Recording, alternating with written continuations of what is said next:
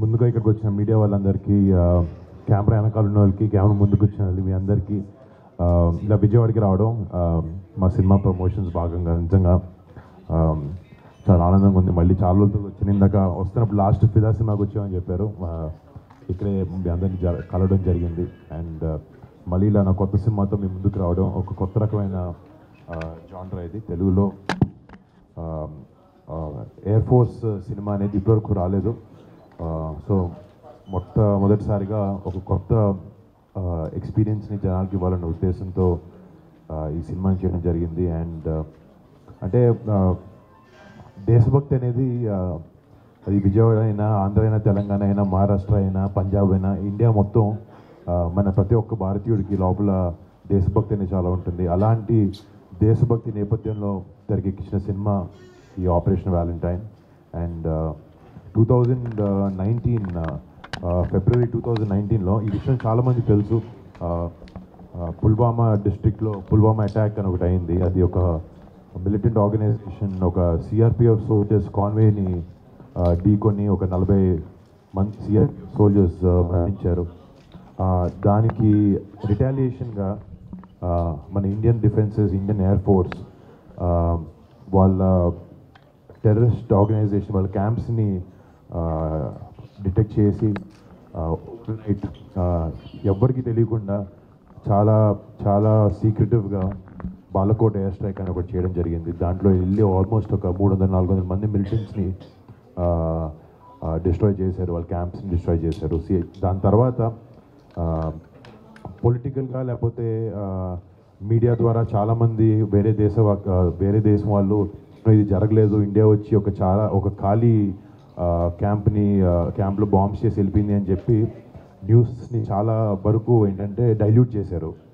But మన భారతదేశంలో ఉండే పౌరులందరికీ, మన డిఫెన్సెస్కి తెలుసు, మన సోల్జర్స్కి జరిగిన ఆ ఇన్సిడెంట్, ఆ బ్లాక్ డే ఏదైతే అనుకుంటున్నాము 14 ఫిబ్రవరి, దానికి రిటాలియేషన్గా బయట వాళ్ళు ఎన్నైనా చెప్పుకోవచ్చు, డీప్ డౌన్ వాళ్ళకి తెలుసు ఇండియా ఒక గట్టి ఆన్సర్ దానికి ఇచ్చింది. కానీ జనరల్ సిటిజన్స్ లాగా మనందరికీ మీలాంటి న్యూస్లో పనిచేసే వాళ్ళు, మీడియా హౌసెస్ అందరూ చాలా వరకు ఇన్ఫర్మేషన్ని జనాలకి తీసుకురావడానికి ట్రై చేశారు, చెప్పారు. బట్ మనకి కూడా వెనకాల, ఈ మిషన్ వెనకాల వాళ్ళ ప్లానింగ్ ఎలా జరిగింది, వాళ్ళు ఏ ఉద్దేశంతో చేశారు, వెనకాల అంటే ఇలాంటి మిషన్ చేయాలంటే అది ఒక ఆషామాషి విషయం కాదు. చాలా టైం కానీ, చాలా ప్లానింగ్ కానీ దాని వెనకాల ఉంటుంది. సో ఆ బ్యాక్ డోర్ ఏవైతే ప్లానింగ్ జరిగిందో, ఏవైతే వాళ్ళు ఈ మిషన్ ప్లానింగ్ అంతా జరిగిందో, ఇదంతా చాలా డీటెయిల్డ్గా జనాలకి చూపిస్తే మన సోల్జర్స్ మీద, మన ఎయిర్ ఫోర్స్ పైలట్స్ మీద మనందరికీ రెస్పెక్ట్ ఉంది వాళ్ళ మీద ఎప్పుడు. బట్ ఇలాంటి వాళ్ళు చేసిన ఒక కరేజియస్ మిషన్ గురించి వెనకాల ఎలా జరిగిందనే జనాలకి చూపిస్తే వాళ్ళకి తెలియడం కూడా చాలా ఇంపార్టెంట్ అనిపించి ఒక చిన్న ప్రయత్నమే మా ఈ సినిమా. దీని మీద ఆధారంగా తీసుకుని ఆబ్వియస్లీ కొంచెం ఫిక్షనలైజ్ చేసి కొన్ని క్యారెక్టరైజేషన్స్ రాసి చేయడం జరిగింది. బట్ మేమైతే చాలా కాన్ఫిడెంట్గా ఉన్నాం. అంటే ఇందాక చెప్పినట్టు ఈ దేశభక్తి అనేది ప్రతి ఒక్కరిలో ఉంటుంది. ప్రతి ఒక్కరికి రేపొద్దున ఈ సినిమా చూసిన తర్వాత మన సోల్జర్స్ మీద కానీ వాళ్ళ మీద మనకి ఎప్పుడు రెస్పెక్ట్ అపారంగా ఉంటుంది. బట్ ఈ సినిమా చూసిన తర్వాత మళ్ళీ వాళ్ళు చేసే గొప్ప పనుల్ని, వాళ్ళు చేసే గొప్ప త్యాగాల్ని మనం ఒకసారి గుర్తు చేసుకుని మనసంతా దేశభక్తితో, ధైర్యంతో, వాళ్ళ మీద రెస్పెక్ట్తో మన థియేటర్ బయటకు వస్తారని ఒక ఆశతో ఈ సినిమాని చేసాం. అండ్ మార్చ్ 1న సినిమా వస్తుంది. మీ అందరికీ, ప్రతి ఒక్కరికి, ప్రేక్షకులు ప్రతి ఒక్కరికి, తెలుగు ఆడియన్స్ ప్రతి ఒక్కరికి ఈ సినిమా నచ్చుతుంది అని నేను మనసారా నమ్ముతున్నాను. సార్, మీ కెరియర్ ఎలా అనిపిస్తుంది ఈ మూవీ రావడం? అంటే నిజంగా ఇందాక చెప్పినట్టండి, చాలా అదృష్టంగా ఫీల్ అవుతాను. ఎందుకంటే కొన్నిసార్లు ప్లాన్ చేస్తే జరగవు ఇలాంటివి. ఇప్పుడు ప్రేమ కథలు లేకపోతే కమర్షియల్ సినిమాలు, మంచి ఫైట్లు ఉన్నవి అప్పుడప్పుడు అందరు హీరోలు చేస్తూ ఉంటారు. నేను కూడా చేశాను అలాంటివి. ఇప్పుడు F2 లాంటి సినిమాలు కానీ, ఫిదా లాంటివి, తొలి ప్రేమ కానీ, కథలు.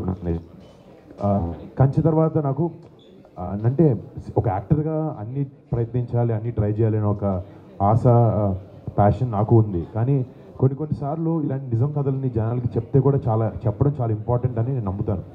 అండ్ ప్లస్ కథ విన్నప్పుడు నేను కూడా విన్నప్పుడు అరే ఇదేంటి నాకు ఇంత తెలిసి ఏంటి ఇంత జరిగింది వెనకాల అని ఒక ఆశ్చర్యం నాకు అనిపించింది. అప్పుడు అనిపించింది నేను చేయాలి సినిమా, జనాలకు తెలియాలి. ప్లస్ కొన్నిసార్లు ఒక కథ ఇలాంటి ఇన్సిడెంట్ని వెనకాల ఏమైందని చెప్పాలన్న ఆశతో పాటు కథలో కమర్షియల్ వైబిలిటీ కూడా ఉండాలి. థియేటర్కి జనాలు పొద్దున్న టికెట్ వచ్చి చూస్తున్నారు అంటే వాళ్ళని ఎంటర్టైన్ కూడా చేయగలగాలి. అంటే ఎంటర్టైన్మెంట్ ప్రతి సినిమాలో ఫామ్ డిఫరెంట్గా ఉంటుంది. దీంట్లో దేశభక్తి అనేది లేకపోతే ఏరియల్ సీక్వెన్సెస్ అనేది చాలా ఆసక్తికరంగా ఉంటాయి.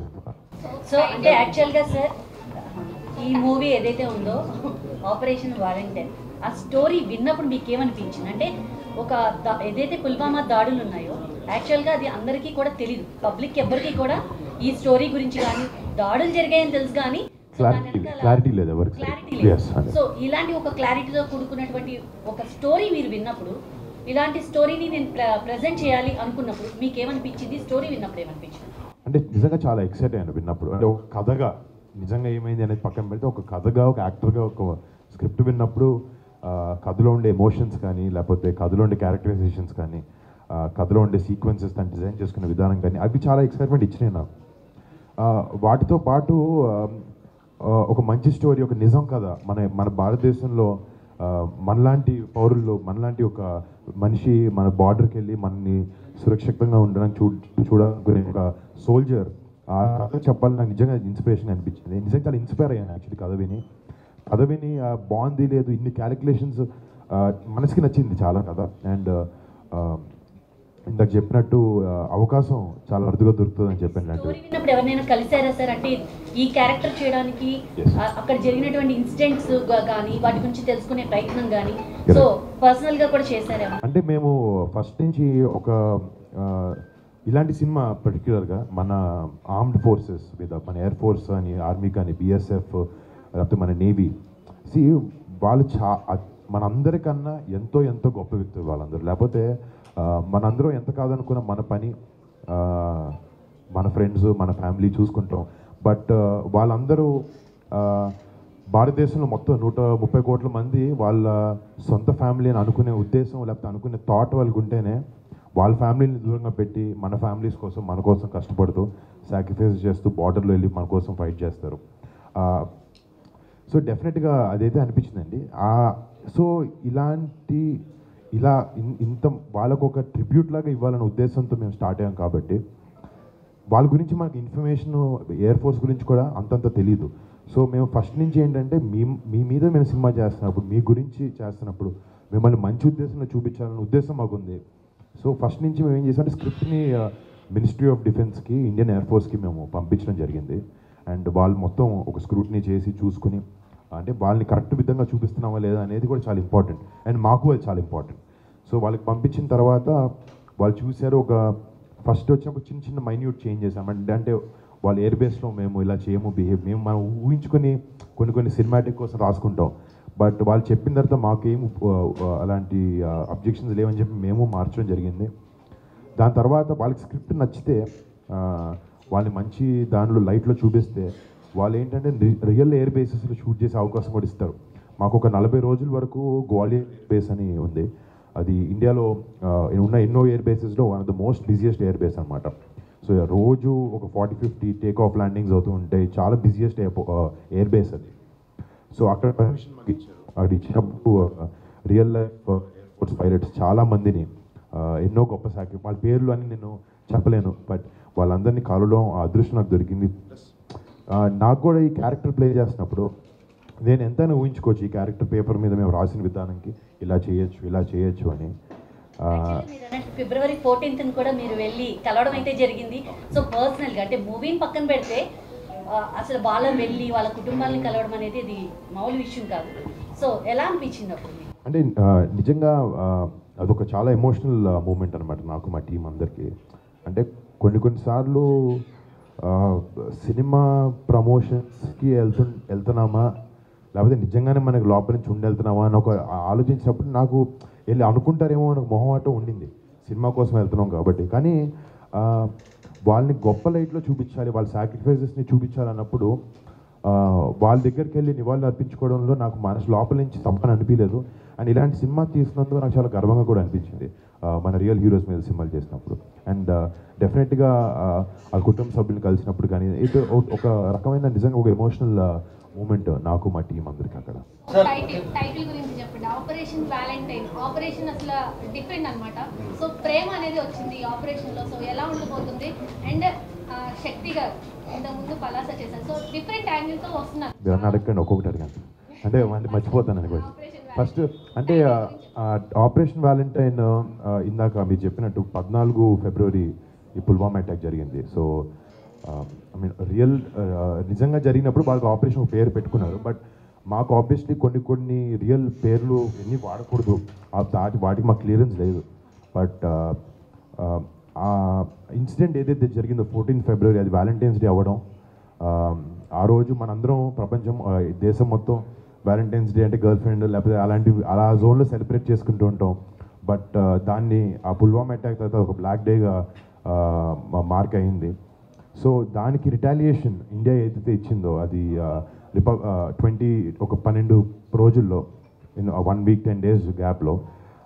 సో బేసిక్లీ ఈ ఆపరేషన్ అది ఏంటంటే మనం ఆ మిలిటెంట్ ఆర్గనైజేషన్స్కి ఇచ్చే వ్యాలంటైన్ డే రిటర్న్ గిఫ్ట్ అనమాట సినిమాలో.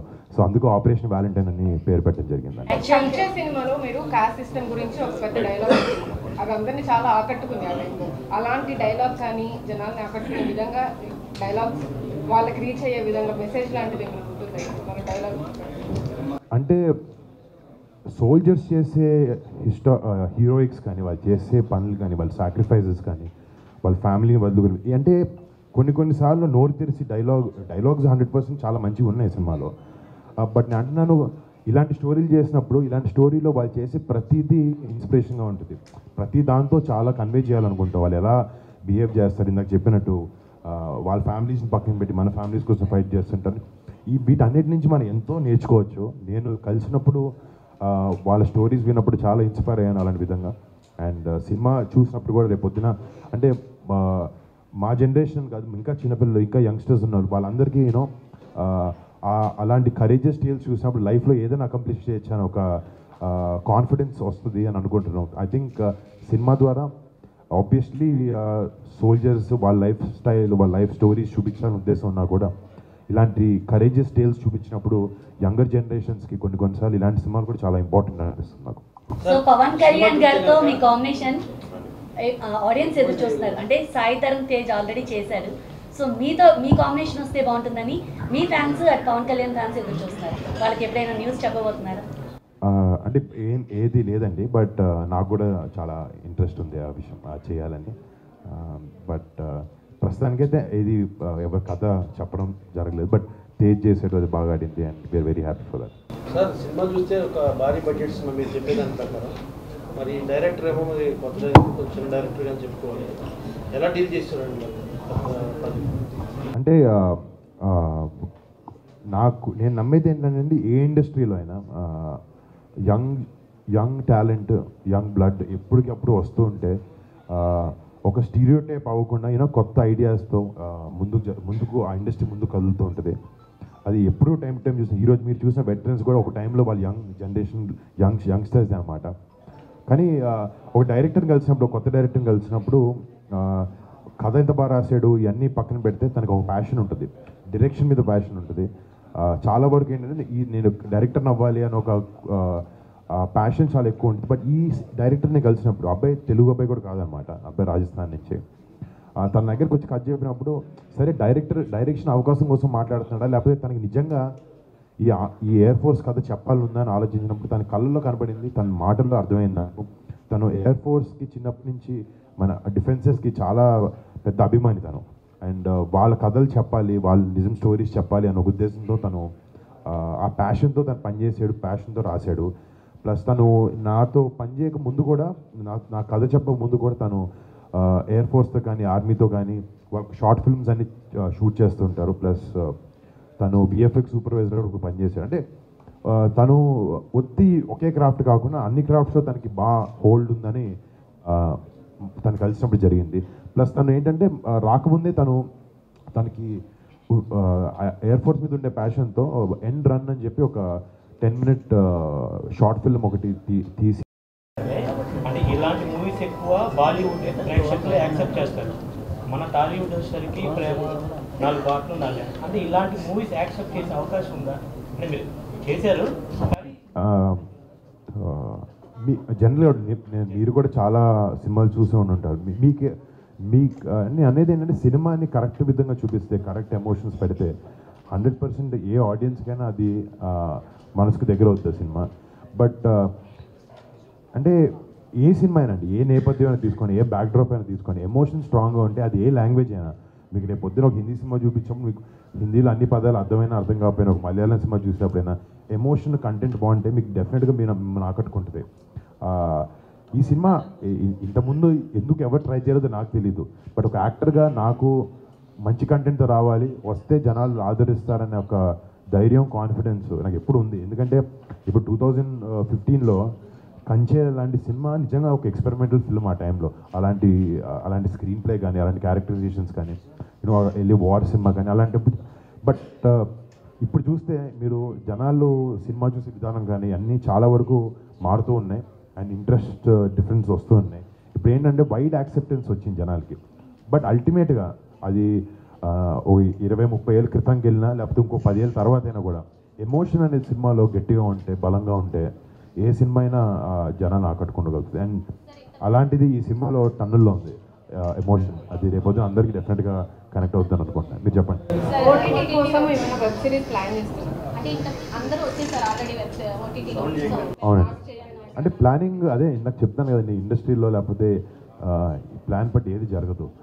సిచ్యువేషన్ బట్టి ఏదన్నా నిజంగా రావాల్సిన టైంకి మంచి కథ వస్తే అది ఓటీటీ అయినా, ఏ స్పేస్ అయినా. ఇప్పటివరకు ఎవరు అప్రోచ్ అవ్వలేదా? అవ్వలేదు. ఆ డిస్కషన్ జరిగినాయి కానీ అంత నచ్చినవి రాలేదు. సో చేస్తే కూడా మంచి ఇంపాక్ట్ఫుల్. నేను మల్టీ స్టార్ మీరు అడిగితే నేను చేశాను కదండి, గట్టిగా 2 చేశాను కదా. నేను 12 సినిమాలు చేసి అంత 2 చేశాను.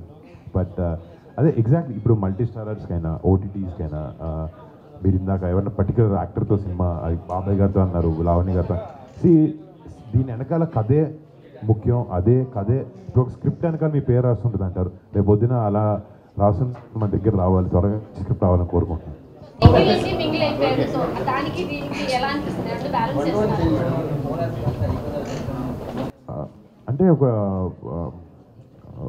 డిఫరెన్స్ ఏం పెద్ద ఏం లేదు. ఎందుకంటే మేము బాగా ఒక 5-6 ఏళ్ళ నుంచి మాకు ఇద్దరికి పరిచయం ఉంది కాబట్టి పెద్ద డిఫరెన్స్ లేదు. ఇద్దరు ఫ్రెండ్స్లో ఉన్నాం, ఇప్పుడు ఒకే ఇంట్లో ఉంటున్నాం అంటే.